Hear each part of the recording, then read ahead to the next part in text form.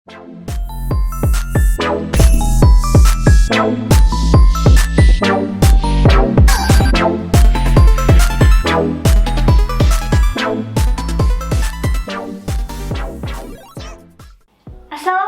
warahmatullahi wabarakatuh.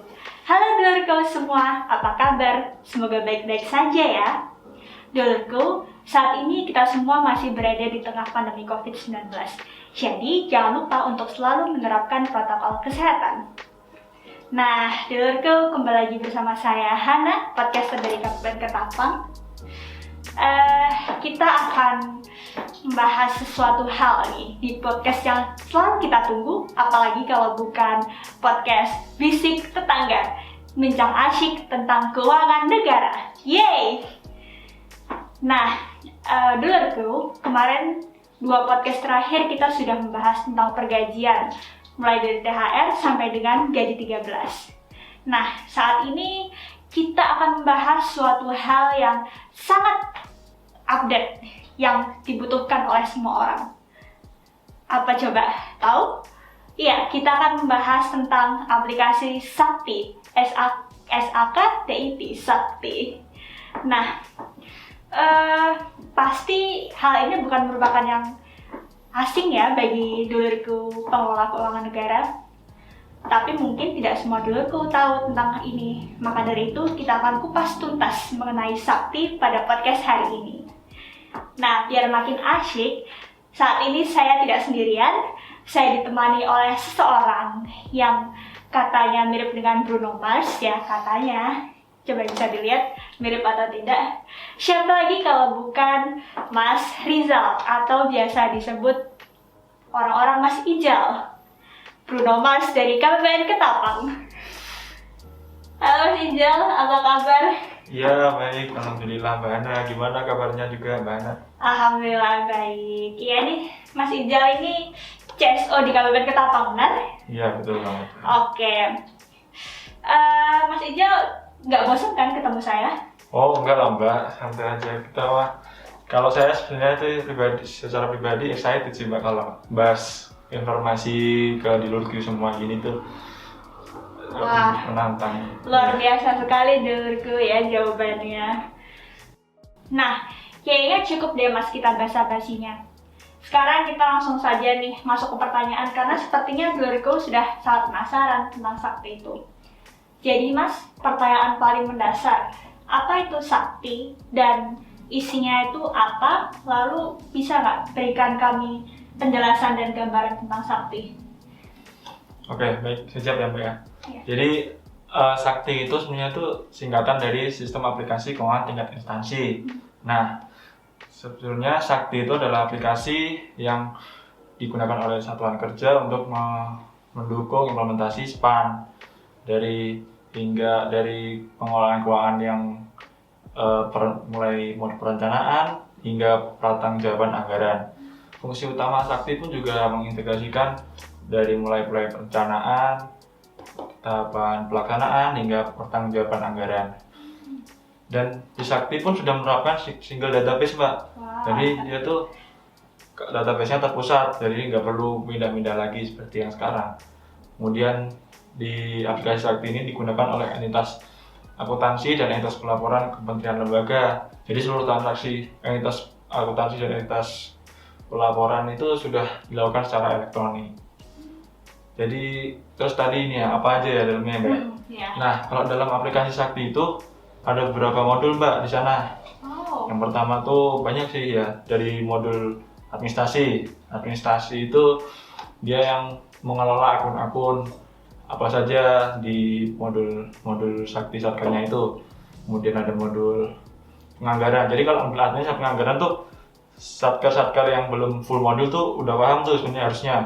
Soalnya mereka sudah menjalankan itu. Untuk penganggaran itu ya buat revisi DIPA bisa, buat bagian pagu dan lain sebagainya.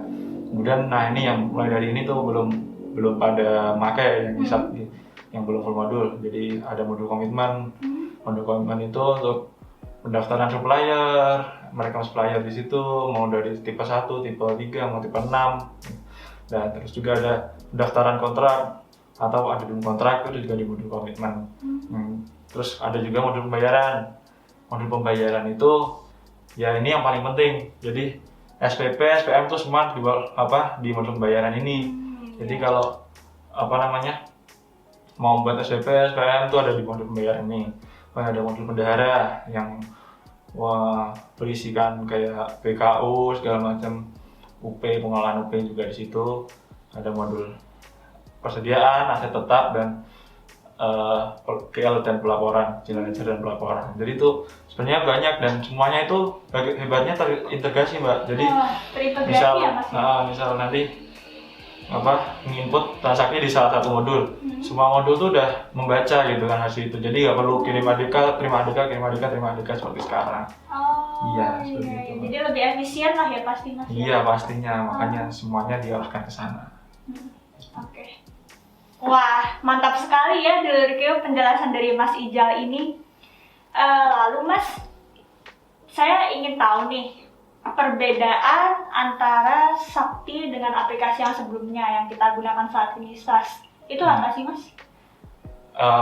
Jadi pertanyaan menarik ini Mbak. Jadi aplikasi Sakti itu sama SAS memang sering ditanyakan, apa sih bedanya Mas, kok kenapa harus diganti harus Sakti sekarang? Nah itu perbedaannya mulai dari modulnya hingga sampai terintegrasinya dengan aplikasi lain. Jadi perbedaan yang lain yaitu bisa menggunakan di satu database terpusat, kemudian memiliki tingkat keamanan yang lebih tinggi karena di ADK-nya itu pasti ada enkripsi dan dekripsinya. Kemudian digunakan juga enak, user friendly lah. Jadi tampilannya nggak tampilan kuno. Kemudian dapat digunakan di mana saja karena dia berbasis web, Mbak. Jadi kita nggak perlu aplikasinya terinstall di laptop ini, jadi kita harus pakai laptop ini gitu. Ya nggak gitu. Jadi kalau web kan bisa tinggal buka Google Chrome, Mozilla gitu kan langsung mau di mana saja, komputer mana saja pun bisa. Nah kemudian dapat dijalankan dalam spesifikasi laptop atau PC yang nggak terlalu tinggi lah. Jadi tidak perlu yang mahal-mahal pun bisa karena ya itu tadi berbasis web. Jadi dan juga kinerjanya aplikasi itu lebih konsisten. Dan kendala-kendala teknis tidak ada lah seperti di SAS ini. Benar sekali ya. Kalau dulu kan ini ya Mas ya, kalau misalnya Satker punya permasalahan tentang SAS, mereka sering datang ke KPPN ya, misal aplikasinya kenapa crash atau apa. Sekarang tidak perlu berarti kalau pakai Sakti ya? Iya, tidak perlu, nggak bakal terjadi karena itu kan yang ngurusin juga dari pusat gitu. Jadi kalau update juga ada pusat, nggak perlu ngupdate manual gitu. Wah, luar biasa sekali. Iya, enaknya itu. Nah, dulurku banyak sekali ya perbedaan antara SAS dan Sakti seperti yang tadi sudah dijelaskan Mas Ijal. Dia bisa digunakan di mana saja, lalu sistemnya sudah terintegrasi dan pastinya lebih mudah digunakan ya Mas. Pasti. Lalu menurut Mas Ijal nih, apa saja keunggulan dari Sakti? Bisa tolong dijabarkan nggak? Oh, jadi gini. Jadi kenapa ya kita harus pindah ke Sakti gitu? Apa sih unggulannya gitu kan? Baik. Jadi fitur unggulan Sakti sebenarnya itu banyak, Pak. Tapi di sini saya jabarin satu-satu ya. Jadi yang pertama itu ada integrasi database. Ya. Nah, integrasi database itu apa? Jadi database-nya itu udah terpusat dan saling terhubung dengan sistem lain. Jadi nggak perlu database ini dipindah ke komputer lain, misalnya mau kepindah komputer atau sebagainya. Kemudian kedua ada single entry point. Single entry point itu ya yang tadi saya jelaskan. Jadi kita input di salah satu modul transaksi A gitu. Nah itu semua udah terbaca di modul-modul lainnya. Jadi nggak perlu kirim ADK ke modul lain, terima ADK gitu dan sebagainya, itu nggak perlu. Enaknya itu. Nah kemudian ada concept maker, yaitu checker dan approver. Jadi kalau di SAS itu Mbak, itu tuh saya mengenal dia tuh ya emang kayak gitu sih. Jadi kalau PPK, PSM tuh modulnya usernya cuma satu aja. Jadi yang membuat SCP ya itu yang validasi dan mengapprove juga user itu juga. Jadi kan nggak ada sistem saling check and balance gitu ya, check and proof gitu. Nah kalau di Sakti itu ada namanya operator komitmen, ada PPK. Jadi dipisah. Jadi kita yang operator itu nanti bakal merekam SPP dari awal sampai akhir. Nah, yang PPK itu mengecek itu benar atau enggak ini. Nah, itu bisa divalidasi. Valid ya Mas ya. Iya benar, jadi berarti ada proses checkingnya lah di situ. Iya, luar biasa. Iya. Kemudian ada juga tracing jurnal. Nah, tracing jurnal itu apa ya? Yaitu proses penelusuran dari jurnal ke sumber transaksi dengan double klik sehingga akan masuk dalam transaksinya. Selanjutnya ada penerapan ACL, Access Control List, di mana pengelompokan paket menu berdasarkan kategori sehingga administrator bisa menentukan menu transaksi ataupun izin akses menu transaksi tersebut. Selanjutnya ada penerapan closing period. Jadi closing period tuh apa sih? Jadi kalau proses tutup buku itu Mbak. Jadi kalau di Sakti itu udah otomatis. Jadi kalau emang tanggalnya udah tutup buku gitu, nggak bisa lagi kita nginput segala macam di sana. Jadi emang nggak bisa lebih disiplin kan jadinya. Kemudian yang terakhir ada penerapan 14 periode. Dan di Sakti itu udah bagus karena udah ada 14 periode, yaitu 12 periode normal 1 tahun itu, kemudian ada periode unaudited dan periode audited. Gitu, Mbak. Jadi luar biasa. Banyak sih ya. Sakti, benar-benar sakti ya. Iya, benar-benar sakti itu. Cocok sekali namanya. Memang sih, walaupun itu singkatan, tapi memang itu cocok sakti. Menurut saya. Wah, dengan penjelasan dari Mas Ijal tadi, pastinya dulurku semakin paham dong tentang apa itu sakti. Tadi kita sudah bahas tuntas ya Mas ya, mulai dari gambaran tentang aplikasi sakti, lalu isi modulnya apa saja, sampai ke nilai unggul sakti tadi juga sudah kita bahas. Nah, dulurku, aplikasi sakti merupakan bagian dari perubahan sebagai bentuk modernisasi sistem dalam rangka pengelolaan keuangan negara. Meski di setiap fase perubahan terasa berat, namun kita harus mengingat kembali apa manfaatnya di masa yang akan datang. Jadi dulurku, semua yuk sama-sama kita mendukung aplikasi sakti. Apalagi aplikasi sakti sudah siap merambah ke seluruh satker. Betul kan Mas Ijal? Wah, betul banget Mbak. Jadi itu istilahnya kalau di bahasa Inggris learning by doing. Jadi kalau mau nggak mau kita tuh harus kalau siap untuk ada perubahan itu. Karena memang perubahan itu membuat kita yang lebih baik, bukan gimana. Jadi kalau kita ada niat pasti ada jalan di situ. Iya, benar sekali. Learning by doing. Oke Mas Ijal, tadi kan saya sudah tanya-tanya nih, dan yang pasti dulu semua juga sudah paham tentang apa itu sakti. Jadi selanjutnya kita akan masuk ke segmen selanjutnya. Mas Ijal sudah siap? Siap, Mbak. Apa itu segmennya? Segmen apa aja deh, yang penting tentang sakti saya siap. Oke, mantap sekali jawabannya Dorkio. Jadi segmen kita agak sedikit berbeda ya dari episode yang lalu. Kita akan masuk ke segmen baca komen. Nah, Mas Ijal, di segmen ini saya akan membacakan komentar-komentar netizen tentang sakti. Nanti Mas Ijal yang menanggapi. Langsung saja ya. Kita mulai dari komentar pertama dari @moyocatur. Pertanyaannya, kalau lupa password email sakti, risetnya kemana ya? Oke, langsung saya jawab ya Mbak. Iya. Jadi untuk Pak atau Mas Catur, kalau lupa password email sakti risetnya kemana? Nah, jadi kalau misal memang sering terjadi sih pertanyaan di saya Mbak. Jadi kalau Mas ini password saktinya nih kemana? Lupa kemana ya nanyanya? Nah itu langsung saja tanyakan ke CSO KPPN mitra kerjanya. Jadi di user Sakti CSO itu bisa mereset password user email Sakti yang ada di seluruh mitra kerja KPPN-nya itu. Nah, makanya nanti kalau lama udah nggak digunakan atau lupa nggak di save atau gimana, nanti bisa langsung aja hubungin gitu, suruh reset. Dan nanti password barunya dikirim ke SMS di nomor yang terdaftar di Saktinya itu Mbak. Oh begitu. Jadi tidak perlu jauh-jauh ya, cukup hubungi mitra KPPN terdekat ya. Betul banget. Dan itu bisa online nggak sih Mas? Maksudnya tidak perlu datang ke KPPN? Ya bisa, tinggal hubungin saja telepon atau WA. Oh, sekarang WA. memang kalau nggak pakai HCSO. Nah itu bisa. Oke. Wah, luar biasa ya. Begitu jadi jawabannya Durgo. Nah, untuk pertanyaan selanjutnya dari @marhamamar. Bagaimana ya clue KPA dan PPK paham karena selama ini yang mengerjakan bulat-bulat adalah bendahara, karena kelihatannya ini sangat ribut. Wah, ini kayaknya pertanyaan curcol nih Mas. Jadi intinya si Mas Marham Mamar ini bertanya bagaimana cara agar KPA dan PPK tuh paham, agar tidak bendahara aja yang ngerjain gitu.